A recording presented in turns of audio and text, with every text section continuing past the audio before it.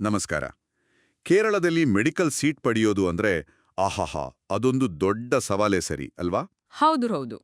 2025ರ neat ಪರೀಕ್ಷೆ ಬರೆದು ಈಗ ಕೇರಳದ ಕಡೆ ನೋಡ್ತಾ ಇರೋರಿಗೆ MBBS, BDS ಆಮೇಲೆ ಈ ಆಯುಷ್ ಕೋರ್ಸ್ಗಳು ಇದರ ಅಡ್ಮಿಷನ್ ಪ್ರೋಸೆಸ್ ಇದೆಯಲ್ಲ, ಅದರ ಒಳನೋಟಗಳನ್ನ ಇವತ್ತು ಸ್ವಲ್ಪ ಡೀಪ್ ಆಗಿ ನೋಡೋಣ. ಖಂಡಿತ. ನಾವು ನೋಡಿ CEE ಅಂದರೆ ಕಮಿಷನರ್ ಫಾರ್ ಎಂಟ್ರೆನ್ಸ್ ಎಕ್ಸಾಮಿನೇಷನ್ಸ್, ಆಮೇಲೆ KAM 2025 ಪ್ರಾಸ್ಪೆಕ್ಟಸ್, MCC ಬುಲೆಟಿನ್ ಇವೆಲ್ಲ ಅಧಿಕೃತ ಮೂಲಗಳೇ. ಸರಿ. ಇದರಿಂದ ಮುಖ್ಯವಾದ ಪಾಯಿಂಟ್ಸ್ ಎಲ್ಲ ತಗೊಂಡು ಸಿಂಪಲ್ ಆಗಿ ಹೇಳೋಣ. ಅಂದ್ರೆ ಪ್ರವೇಶದ ಗೊಂದಲಗಳನ್ನ ಕ್ಲಿಯರ್ ಮಾಡೋದು ನಮ್ಮ ಉದ್ದೇಶ. ತುಂಬಾ ಒಳ್ಳೆಯದು. ಹಾಗಾದ್ರೆ ಫಸ್ಟ್ ಕ್ವೆಶ್ಚನ್, ಕೇರಳದಲ್ಲಿ ಮೆಡಿಕಲ್ ಸೀಟ್ಗೆ ಯಾರು ಅರ್ಹರು, ಯಾರ್ಯಾರು ಅಪ್ಲೈ ಮಾಡ್ಬೋದು? ನೋಡಿ, ಮೊದಲನೇದಾಗಿ ಭಾರತೀಯ ಪ್ರಜೆ ಆಗಿರಬೇಕು. ಆಮೇಲೆ ನೀಟ್ UG 2025ನಲ್ಲಿ ಕನಿಷ್ಠ ಪರ್ಸೆಂಟೈಲ್ ಅಂದ್ರೆ ಜನರಲ್ ಕ್ಯಾಟಗರಿಗೆ 50, ರಿಸರ್ವೇಷನ್ ಇದ್ರೆ 40% ಆದ್ರೂ ಬಂದಿರಬೇಕು. ಓಕೆ. ವಯಸ್ಸು? ವಯಸ್ಸು ಡಿಸೆಂಬರ್ 31, 2025ಗೆ 17 ಇಯರ್ಸ್ ಕಂಪ್ಲೀಟ್ ಆಗಿರಬೇಕು. ಆಮೇಲೆ ಈ ಕೇರಳೈಟ್, ನಾನ್ ಕೇರಳೈಟ್ 2 ಅಂತ ಇದೆಲ್ಲ NK1, NK2 ಇದ್ರ ಬಗ್ಗೆ ಸ್ವಲ್ಪ ಹೇಳ್ತೀರಾ? ಇದು ಹೇಗೆ ಇಂಪಾರ್ಟೆಂಟ್? ಹೌದು, ಇದು ತುಂಬಾ ಮುಖ್ಯ ನೋಡಿ. ಕೇರಳೈಟ್ ಅಂದ್ರೆ ಕೇರಳದ ಮೂಲದವರು. ಅವರಿಗೆ ಸ್ಟೇಟ್ ಕೋಟಾ C2 ರಿಸರ್ವೇಷನ್ ಎಲ್ಲ ಸಿಗುತ್ತೆ. ಸರಿ. NK1 ಅಂದ್ರೆ ಈಗ ಉದಾಹರಣೆಗೆ ಕೇರಳದಲ್ಲೇ ಕೆಲವು ವರ್ಷ ಓದಿರೋರು ಅಥವಾ ಪೇರೆಂಟ್ಸ್ ಅಲ್ಲಿ ಕೆಲಸ ಮಾಡಿರೋರು, ಇಂಥವರಿಗೆ ಸ್ಟೇಟ್ ಮೆರಿಟ್ ಸೀಟುಗಳಿಗೆ ಅವಕಾಶ ಇರುತ್ತೆ. ಆದ್ರೆ ರಿಸರ್ವೇಷನ್ ಅಥವಾ ಫೀಸ್ ಕನ್ಸೆಷನ್ ಸಿಗಲ್ಲ. ಇನ್ನು NK2 ಅಂದ್ರೆ ಪೂರ್ತಿ ಬೇರೆ ರಾಜ್ಯದವರು. ಇವರಿಗೆ ಪ್ರೈವೇಟ್ ಕಾಲೇಜುಗಳಲ್ಲಿ ಕೆಲವು ಸೀಟುಗಳು ಸಿಗಬಹುದು. ಓ, ಹಾಗಾದ್ರೆ ಮೊದಲು ತಮ್ಮ ಕ್ಯಾಟಗರಿ ಯಾವುದು ಅಂತ ನೋಡ್ಕೋಬೇಕು. ಸರಿ, ಎಲಿಜಿಬಿಲಿಟಿ ಗೊತ್ತಾಯ್ತು. ಅಡ್ಮಿಷನ್ ಪ್ರಾಸೆಸ್ ಹೇಗೆ? ಬರೀ ನೀಟ್ ಸ್ಕೋರ್ ಇದ್ರೆ ಸಾಕಾಗುತ್ತಾ? ನೀಟ್ ಸ್ಕೋರ್ ಬೇಸ್ ಹೌದು, ಆದ್ರೆ ಪ್ರಾಸೆಸ್ ಮಾಡೋದು CE ಅಂದ್ರೆ ಕೇರಳದ ಎಂಟ್ರೆನ್ಸ್ ಕಮಿಷನರ್. ಅವರ KIAM ಪೋರ್ಟಲ್ ಇದೆಯಲ್ಲ, cee.kerala.gov.in CE ಪೋರ್ಟಲ್ನಲ್ಲಿ ಅಪ್ಲೋಡ್ ಮಾಡಬೇಕು. ಈ ಸಲ ಜುಲೈ 21 ಲಾಸ್ಟ್ ಡೇಟ್ ಇತ್ತು ಅನ್ಸತ್ತೆ. ಓಕೆ. ಸ್ಕೋರ್ ಅಪ್ಲೋಡ್ ಮಾಡಿದ್ಮೇಲೆ ನೆಕ್ಸ್ಟ್ ಸ್ಟೆಪ್ ಏನು? ಆಮೇಲೆ ಬರೋದು CAP ಅಂದ್ರೆ ಸೆಂಟ್ರಲೈಸ್ಡ್ ಅಲಾಟ್ಮೆಂಟ್ ಪ್ರೋಸೆಸ್. ಇದು ಪೂರ್ತಿ ಆನ್ಲೈನ್ ಕೌನ್ಸಿಲಿಂಗ್. ಇಲ್ಲಿ ಸ್ಟೂಡೆಂಟ್ಸ್ ತಮ್ಮ ಇಷ್ಟದ ಕಾಲೇಜು, ಕೋರ್ಸು ಎಲ್ಲ ಲಿಸ್ಟ್ ಮಾಡಬೇಕು. ಆಪ್ಷನ್ ಫಿಲ್ಲಿಂಗ್, ಚಾಯ್ಸ್ ಲಾಕಿಂಗ್ ಅಂತಾರಲ್ಲ ಅದು. ಇದು ಬಹಳ ಕೇರ್ಫುಲ್ ಆಗಿ ಮಾಡಬೇಕು. ಸರಿ. ಕೇರಳದಲ್ಲಿ ಟಾಪ್ ಮೆಡಿಕಲ್ ಕಾಲೇಜುಗಳು ಯಾವ್ಯಾವು? ಎಷ್ಟು ಸೀಟ್ಸ್ ಇರಬಹುದು MBBSಗೆ? ಸುಮಾರು ಒಂದು 3182 MBBS ಸೀಟ್ಸ್ ಇರಬಹುದು.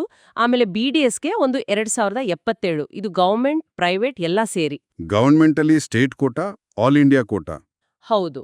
ಗವರ್ಮೆಂಟ್ ಕಾಲೇಜ್ಗಳಲ್ಲಿ 85% ಸ್ಟೇಟ್ ಕೋಟಾ, ಅದು CE ನೋಡ್ಕೊಳ್ಳುತ್ತೆ. 15% ಆಲ್ ಇಂಡಿಯಾ ಕೋಟಾ, ಅದನ್ನ MCC ಹ್ಯಾಂಡಲ್ ಮಾಡುತ್ತೆ. ಟಾಪ್ ಗವರ್ಮೆಂಟ್ ಕಾಲೇಜ್ಗಳು? ತಿರುವನಂತಪುರಂ, ಕೋಸಿಕೋಡ್, ಕೊಟ್ಟಾಯಂ ಇವೆಲ್ಲ ತುಂಬಾ ಹೆಸರುವಾಸಿ. ಪ್ರೈವೇಟ್ ಅಲ್ಲಿ ತ್ರಿಶೂರ್ನ ಅಮಲ, ಪೆರಿಂಥಲ್ ಮಣ್ಣದಲ್ಲಿ MES, ತಿರುವನಂತಪುರಂನ ಶ್ರೀ ಗೋಕುಲಂ ಹೀಗೆ ಇವೆ.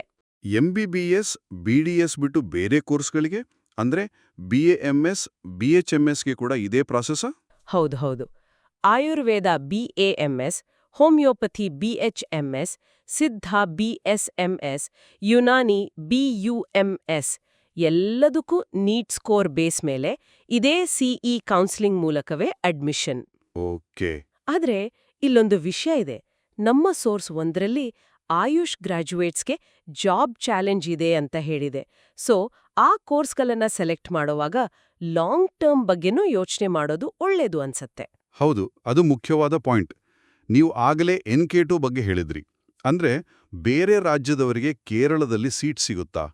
ಕೇರಳ ಒಂದು ರೀತಿ ಓಪನ್ ಸ್ಟೇಟಾ, ಹೌದಾ? ಒಂಥರ ಹೌದು. NK2 ಕ್ಯಾಟಗರಿ ಅಡಿಯಲ್ಲಿ ಬೇರೆ ರಾಜ್ಯದವರು ಕೇರಳದ ಪ್ರೈವೇಟ್ ಸೆಲ್ಫ್ ಫೈನಾನ್ಸಿಂಗ್ ಕಾಲೇಜುಗಳ 15% ಸೀಟುಗಳಿಗೆ MBBS, BAMS, BSMS, BUMS compete ಮಾಡಬಹುದು. ಅವರ ನೀಟ್ ರ್ಯಾಂಕ್ ಮೇಲೆ CE ಕೌನ್ಸಿಲಿಂಗ್ ಮೂಲಕ. ಓಕೆ. ಇನ್ನು ಸ್ಟೇಟ್ ಕೋಟಾದಲ್ಲಿ ರಿಸರ್ವೇಷನ್ ಪಾಲಿಸಿ ಹೇಗಿದೆ? ಸ್ಟೇಟ್ ಕೋಟಾದಲ್ಲಿ ನೋಡಿ, SCBC ಅಂದ್ರೆ ಸೋಷಿಯಲಿ ಎಜುಕೇಷನ್ಲಿ ಬ್ಯಾಕ್ವರ್ಡ್ ಕ್ಲಾಸಸ್ಗೆ 30%, SCಗೆ 8%, STಗೆ 2%, EWSಗೆ 10%. ಸರಿ. PWD ಕೋಟಾ?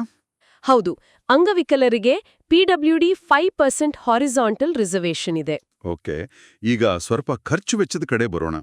ಕೇರಳದಲ್ಲಿ MBBS ಓದೋಕೆ ಎಷ್ಟಾಗಬಹುದು? ಇನ್ನೊಂದು ಮುಖ್ಯವಾದ ವಿಷಯ, ಮಧ್ಯದಲ್ಲೇ ಕೋರ್ಸ್ ಬಿಟ್ರೆ ಏನಾಗುತ್ತೆ? ಗವರ್ಮೆಂಟ್ ಕಾಲೇಜಲ್ಲಿ ಫೀಸ್ ತುಂಬಾ ಕಮ್ಮಿ ಇರುತ್ತೆ. ಆದ್ರೆ ಸೆಲ್ಫ್ ಫೈನಾನ್ಸಿಂಗ್ ಕಾಲೇಜ್ಗಳ ಫೀಸ್ ಅದು ಜಾಸ್ತಿನೇ ಇರುತ್ತೆ. ಅದನ್ನ ಪ್ರತ್ಯೇಕವಾಗಿ ಅನೌನ್ಸ್ ಮಾಡ್ತಾರೆ. ಸರಿ. ನೀವು ಕೇಳಿದ್ರಲ್ಲ, ಕೋರ್ಸ್ ಮಧ್ಯದಲ್ಲಿ ಬಿಟ್ರೆ ಅದು ತುಂಬಾ ಸೀರಿಯಸ್ ವಿಷಯ. ಲಿಕ್ವಿಡೇಟೆಡ್ ಡ್ಯಾಮೇಜಸ್ ಅಂತ ಹಾಕ್ತಾರೆ. ಅಂದ್ರೆ ದೊಡ್ಡ ಮೊತ್ತದ ಫೈನ್. MBBSಗೆ ಸುಮಾರು 10 ಲಕ್ಷ ರೂಪಾಯಿ, BDSಗೆ 5 ಲಕ್ಷ ರೂಪಾಯಿ. ಹಪ್ಪೊಬ್ಬ, 10 ಲಕ್ಷ? ಹೌದು. ಅದಕ್ಕೆ ಅಡ್ಮಿಷನ್ ಟೈಮಲ್ಲಿ ಬಾಂಡ್ ಸೈನ್ ಮಾಡಿಸ್ಕೊಳ್ತಾರೆ. ಓ ಮೈ ಗಾಡ್, ಇದು ನಿಜವಾಗ್ಲೂ ಯೋಚನೆ ಮಾಡಬೇಕಾದ ವಿಷಯ. ಸರಿ, ಸ್ಟೂಡೆಂಟ್ ಲೈಫ್ ಬಗ್ಗೆ ಹೇಳೋದಾದ್ರೆ, ರ್ಯಾಗಿಂಗ್, ಹಾಸ್ಟೆಲ್ ವ್ಯವಸ್ಥೆ ಹೇಗಿರುತ್ತೆ? ರ್ಯಾಗಿಂಗ್ ಬಗ್ಗೆ ತುಂಬಾ ಸ್ಟ್ರಿಕ್ಟ್ ರೂಲ್ಸ್ ಇದೆ. ಕಠಿಣ ಕ್ರಮ ತಗೊಳ್ತಾರೆ. ಅಡ್ಮಿಷನ್ಗಿಂತ ಮುಂಚೆ ಕೆಲವು ವ್ಯಾಕ್ಸಿನ್ಗಳು, hepatitis B, MMR, chickenpox ಹಾಕ್ಸಿರ್ಬೇಕು. Hostel food? ಹಾಸ್ಟೆಲ್ ಊಟದ ವ್ಯವಸ್ಥೆ ಎಲ್ಲ ಕಾಲೇಜಿಂದ ಕಾಲೇಜ್ಗೆ ಡಿಫ್ರೆಂಟ್ ಇರುತ್ತೆ. ಅದನ್ನ ಅಡ್ಮಿಷನ್ ಟೈಮಲ್ಲಿ ಚೆಕ್ ಮಾಡ್ಕೋಬೇಕು. ಈಗ ಕರ್ನಾಟಕದಿಂದ ಕೇರಳಕ್ಕೆ ಅಥವಾ ಕೇರಳದಿಂದ ಕರ್ನಾಟಕಕ್ಕೆ ಸ್ಟೂಡೆಂಟ್ಸ್ ಹೋಗೋದಿದೆಯಲ್ಲ, ಯಾಕೆ ಹೋಗ್ಬೋದು? ಏನಾದ್ರೂ ಐಡಿಯಾ ಇದೆಯಾ? ಆಕ್ಚುಲಿ ನಮ್ಮ ಸೋರ್ಸಲ್ಲಿ ಡೈರೆಕ್ಟ್ ಕಾರಣಗಳಿಲ್ಲ. ಆದ್ರೆ ಜನರಲ್ ಆಗಿ ಹೇಳೋದಾದ್ರೆ, ಕರ್ನಾಟಕದವರು ಕೇರಳದ ಕೆಲವು ಒಳ್ಳೆ ಪ್ರೈವೇಟ್ ಕಾಲೇಜ್ಗಳಿಗೆ ಅಥವಾ NKIIA ಕೋಟಾಕ್ಕೆ ಟ್ರೈ ಮಾಡ್ಬೋದಲ್ವಾ? ಇರ್ಬೋದು. ಹಾಗೆ ಕೇರಳದವರು ಕರ್ನಾಟಕದಲ್ಲಿರೋ ಟಾಪ್ ಕಾಲೇಜ್ಗಳಿಗೆ, ಈಗ ಉದಾಹರಣೆಗೆ ಮೈಸೂರಿನ JSS ಅಂತ ಕಡೆ ಬರಬಹುದು. ಅಥವಾ ಬೇರೆ ರಾಜ್ಯಗಳಲ್ಲಿ ಕಟ್ ಆಫ್ ಕಮ್ಮಿ ಇದ್ರೆ ಅಲ್ಲಿಗೂ ಹೋಗ್ತಾರೆ. ಸರಿ. ಲೇಟೆಸ್ಟ್ ಅಪ್ಡೇಟ್ಸ್ ಏನಾದ್ರೂ ಇದೆಯಾ? Recent news? All India quota AIQ ಮತ್ತೆ ಡೀಮ್ಡ್ ಯೂನಿವರ್ಸಿಟಿಗಳಿಗೆ MCC ಕೌನ್ಸಿಲಿಂಗ್ ಪ್ರೋಸೆಸ್ ಸ್ಟಾರ್ಟ್ ಆಗಿದೆ. ಅಂದ್ರೆ ಚಾಯ್ಸ್ ಫಿಲ್ಲಿಂಗ್ ಶುರುವಾಗಿದೆ. ಓಕೆ. ಆಮೇಲೆ NRI ಕೋಟಾಗೆ ಡಾಕ್ಯುಮೆಂಟ್ಸ್ ಕೊಡೋಕೆ MCC ಒಂದು ಡೆಡ್ಲೈನ್ ಕೊಟ್ಟಿತ್ತು. ಅದು ಜುಲೈ 26ಕ್ಕೆ ಮುಗಿದಿದೆ. ಓಕೆ, ಹಾಗಾದ್ರೆ ಒಟ್ಟಾರೆಯಾಗಿ ಹೇಳೋದಾದ್ರೆ ಕೇರಳ ಮೆಡಿಕಲ್ ಅಡ್ಮಿಷನ್ಗೆ ನೀಟ್ ಸ್ಕೋರ್ ಬೇಸ್ CEE ನಡೆಸೋ KEAM ಪೋರ್ಟಲ್ ಮೂಲಕ ಪ್ರೋಸೆಸ್ ಮತ್ತು ತಮ್ಮ category Keralite NK, INK, IIK ಮತ್ತು ರಿಸರ್ವೇಷನ್ ರೂಲ್ಸ್ನ ಕ್ಲಿಯರ್ ಆಗಿ ತಿಳ್ಕೊಳ್ಳೋದು ತುಂಬಾ ಇಂಪಾರ್ಟೆಂಟ್. ಖಂಡಿತವಾಗಿಯೂ. ಆ 3 points, NEET score, CEE process, ನಿಮ್ಮ ಕ್ಯಾಟಗರಿ, ಇದರ ಮೇಲೆ ಗಮನ ಇರಲೇಬೇಕು.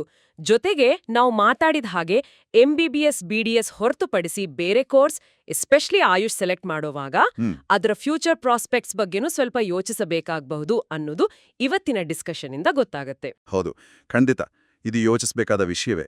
ಕೇಳುಗರಿಗೆ ನೆನಪಿರಲಿ, ಎಲ್ಲ ಲೇಟೆಸ್ಟ್ ಡೇಟ್ಸ್, ಫೀಸ್ ಡೀಟೇಲ್ಸ್, ನೋಟಿಫಿಕೇಷನ್ಗಳಿಗೆ ಯಾವಾಗಲೂ ಅಫಿಷಿಯಲ್ ವೆಬ್ಸೈಟ್ಗಳನ್ನೇ ನೋಡಿ. CEE ಕೇರಳ, cee.kerala.gov.in ಮತ್ತೆ MCC.nic.in. ಧನ್ಯವಾದಗಳು.